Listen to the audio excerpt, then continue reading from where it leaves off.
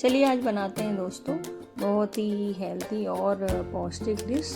तो अभी आपने देख ही लिया होगा, आज हम बनाएंगे इडली और सांभर। तो चलिए शुरुआत करते हैं। सबसे पहले हमने एक कटोरा लिया है। कटोरा मैंने एक मेजरमेंट नाप के लिए हमने एक बाउल लिया है, उसी से हमने 2 बाउल चावल लिया है, कच्चे चावल। इनको अच्छी तरह से हम धो देंगे और इसमें पानी डाल के मैंने ये चावल रात भर के लिए रखे थे, तो मैंने शाम को ही इनको भिगो के रख दिया था। ये देखिए मैंने पानी डाल के इनको भिगो के रख दिया है। और साथ में हमने एक बाउल लिया है, बाउल में उसमें हमने उसी मेजरमेंट कप के हिसाब से हमने 1 कप उड़द की दाल लिया है। इसको भी रात भर हम भिगो के रख देंगे। ये देखिए सुबह हमने देखा तो ये अच्छी तरह से ये बढ़िया भीग चुके थे, ये देखिए। और इनको हमने साफ़ कर लिया है। अब इनको मिक्सर में हम पीस लेंगे। आप चाहें तो सिलबट्टे में भी पीस सकते हैं। हमने मिक्सर में इनको पीस लिया है। पहले हम उड़द की दाल पीसेंगे, फिर हम चावल।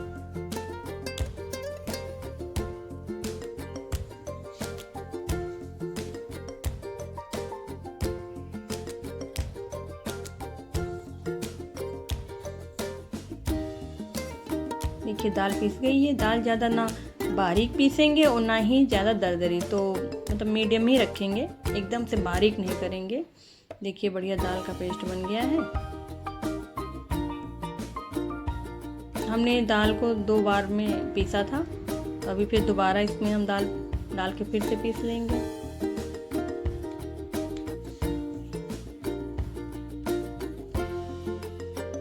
अब हम दाल भी पीस गई है। अब देखिए हमने चावल को डाल दिया मिक्सर में ही।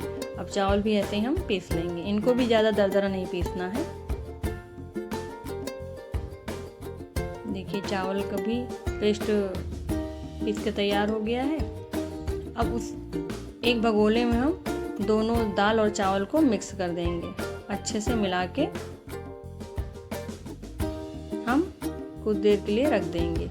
ये कुछ देर क्या, मैंने इसको 2-4 घंटे के लिए रखा था, थोड़ा सा इसमें खमीर उठ जाए, इसलिए इसको अच्छे से मिला के रखना है। खमीर आने के लिए हमने इसमें ना ही मीठा सोडा डाला है और ना ही नमक। हमने इसको ऐसे ही कस के मतलब फेंट के ढक के हमने रख दिया था करीब 4-5 घंटे के लिए। देखिए बढ़िया बैटर तैयार हो गया था। इसको हमने बहुत अच्छे से फेंटा था।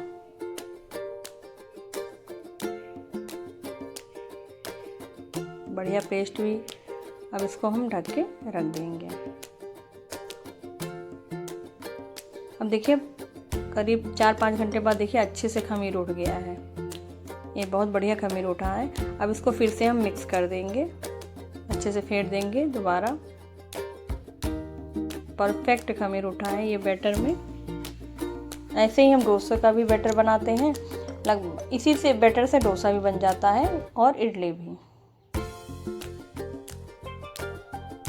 देखिए बढ़िया बैटर बन के तैयार हो गया है। अब इसको ढक के हम थोड़ी देर के लिए रख देंगे। दूसरी तरफ हमने कुछ सब्जियां ली हैं, जैसे मैंने लिया है बैंगन, गाजर, टमाटर, कद्दू, लौकी सांभर के लिए। और साथ में अरहर की दाल 1 कटोरी लिया है।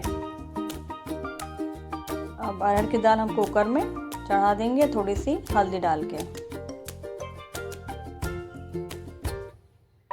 देखिए हमने पानी डाल दिया है और थोड़ी सी लगभग 1 चम्मच हल्दी डाल देंगे।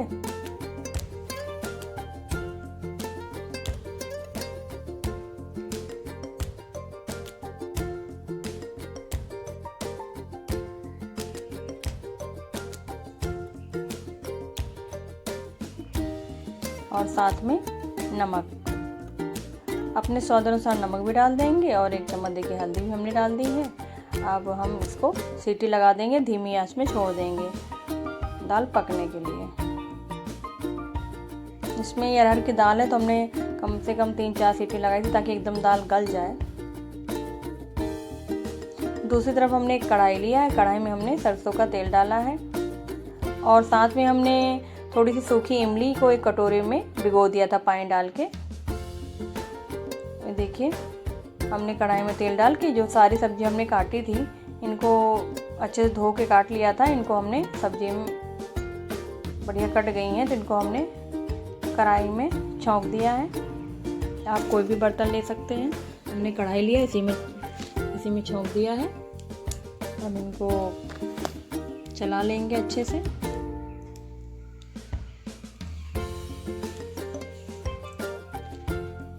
इसमें भी सब्जियों में थोड़ा सा नमक डाल देंगे ताकि जल्दी गल जाए, और थोड़ी सी लाल मिर्च डाल देंगे।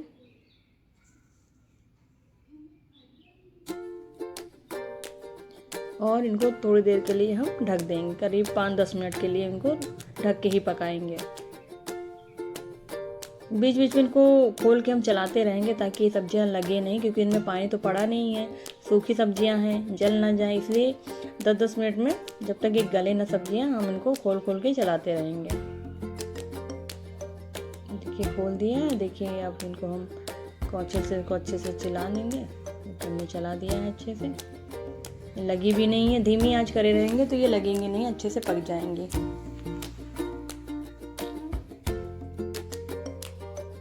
दूसरी तरफ जो इमली हमने भिगोया था पानी में, वो थोड़ा गर्म पानी डालेंगे तो जल्दी भिग जाएगी। देखिए दाल भी हमारी पक गई है।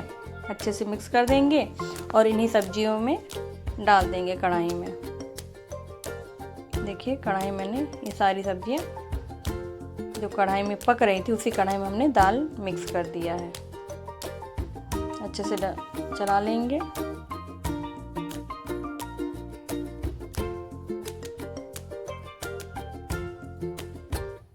अब इनको कुछ देर के लिए ढक के पकाएंगे हम। अब देखिए इमली जो हमने भिगोई थी पानी में अच्छे से भीग गई है। देखिए गल गई। इसको मसल के हम देखिए निकाल लिए हैं सारा इसका फॉर्म। अब इसको हम छान लेंगे एक छन्नी की सहायता से, ताकि ये गांठें और बीज सब निकल जाए। ये देखिए अच्छे से छन गई है। ये इमली का पानी बढ़िया निकल आया है।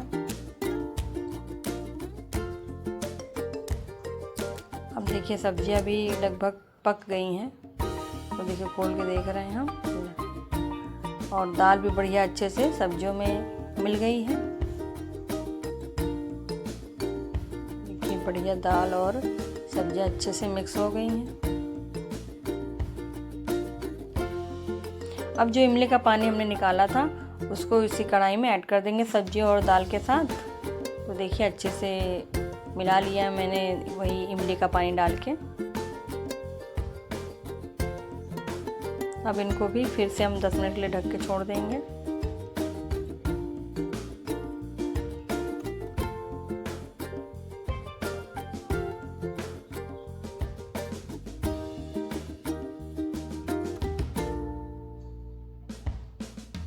अब इसमें हमने 2 बड़े चम्मच सांभर मसाला डाला है दाल में, और इसको अच्छे से चला लेंगे। नमक पहले ही हमने ऑलरेडी सब्जियों में डाल रखा था पकने के लिए, जब सब्जियां छौंकी थी। अगर कम हो तो आप थोड़ा और डाल दीजिए, अगर आपने पर्याप्त डाला हो तो कोई दिक्कत नहीं, आप अब आगे मत डालिएगा नमक। देखिए अच्छे से सब्जियां और दाल अच्छे से मिक्स हो गई, पकने भी लगी, बढ़िया कलर भी। साथ में हमने इसमें थोड़ा सा गरम मसाला भी डाला है।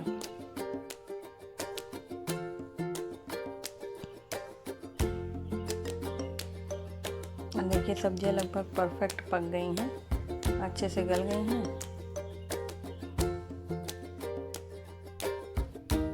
फिर से इनको ढक देंगे ताकि मसाले अच्छे से खुशबू छोड़े।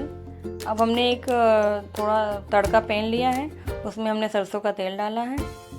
साथ में हमने इसमें तेल गरम होने पर थोड़ी सी राई, मेथी, हींग और हरी मिर्च, सरसों के सीड और थोड़ी सी 2-3 लाल मिर्च,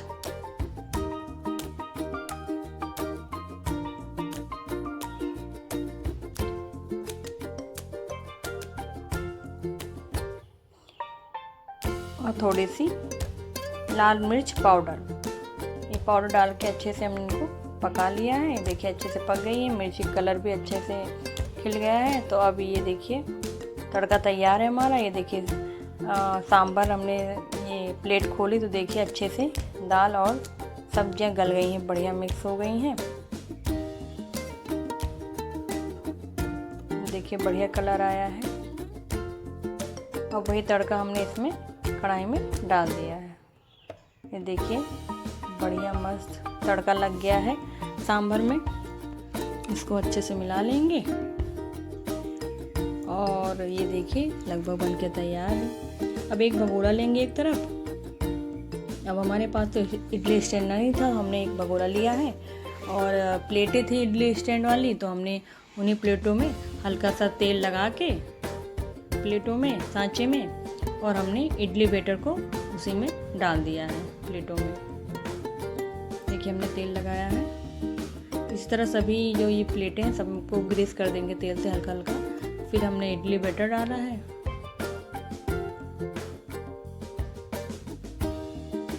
और ये एक एक करके एक साथ करीब 12 इडली बन गई थी। आप चाहें तो बिना सांचे की भी इडली बना सकती हैं। बिना सांचे के लिए जैसे हमने भगोड़ा रखा है उसके ऊपर एक जाली रख दीजिए और 2-3 कटोरी या 4 कटोरी जो भी आपकी मीडियम साइज कटोरी हो, सबसे छोटी कटोरी इडली साइज की, उनमें बैटर डाल के आप उसी जाली के ऊपर रख दीजिए और एक ढक्कन से ढक दीजिए। तो इस तरह बिना इडली फ्रेम, बिना स्टीमर के भी आप घर पे इडली या कोई भी स्टीमर का आइटम बना सकते हैं। तो इस बार तो हमने इसमें दिखाया है आपको, अगली बार फिर हम आपको बिना इडली फ्रेम के बताएंगे, जैसे कटोरी में कैसे आप इडली बना लेंगे। देखिए एक एक करके हमने सभी प्लेटों में ये इडली बैटर डाल दिया है।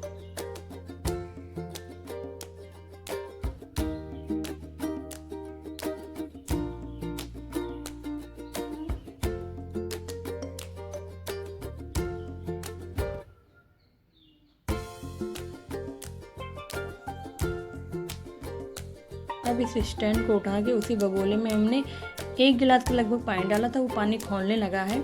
तो ये जो स्टैंड है उसी भगोले में हमने रख दिया है। अब ऊपर से हमने एक ढक्कन लगा के इसको ढक दिया है भगोले को, ताकि ये अच्छे से इडलियाँ भाप में अच्छे से पक सकें। ये देखिए हमने एक लिड लगा दिया ढक्कन और गैस हम मीडियम रखेंगे ताकि पानी खोलेगा तो जितनी जल्दी पानी खोलेगा भाप उतनी अच्छी बनेगी। ये देखिए 10-15 मिनट हो चुके हैं, 15 मिनट लगभग पूरे 15 मिनट हो गए थे। देखिए इडलियाँ बढ़िया फूल आई हैं। अब एक टूथपिक से हमने देखा कि ये इडलियाँ परफेक्ट पक गई हैं, टूथपिक में चिपक नहीं रहा है बैटर, तो ये लगभग परफेक्ट इडली बनके तैयार है। तो अब ये थोड़ा ठंडा होने पर हम इनको सांचे से निकाल लेंगे। तो ये लीजिए थोड़ी इडली ठंडी हो गई थी, तो हमने धीरे धीरे चम्मच की सहायता से इन इडलियों को सांचे से बाहर निकाल लिया है।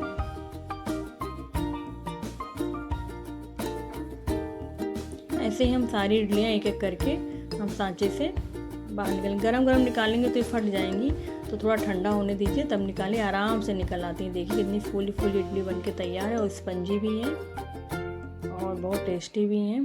देखिए सारी इडलियाँ हमने एक एक करके निकाल लिया है।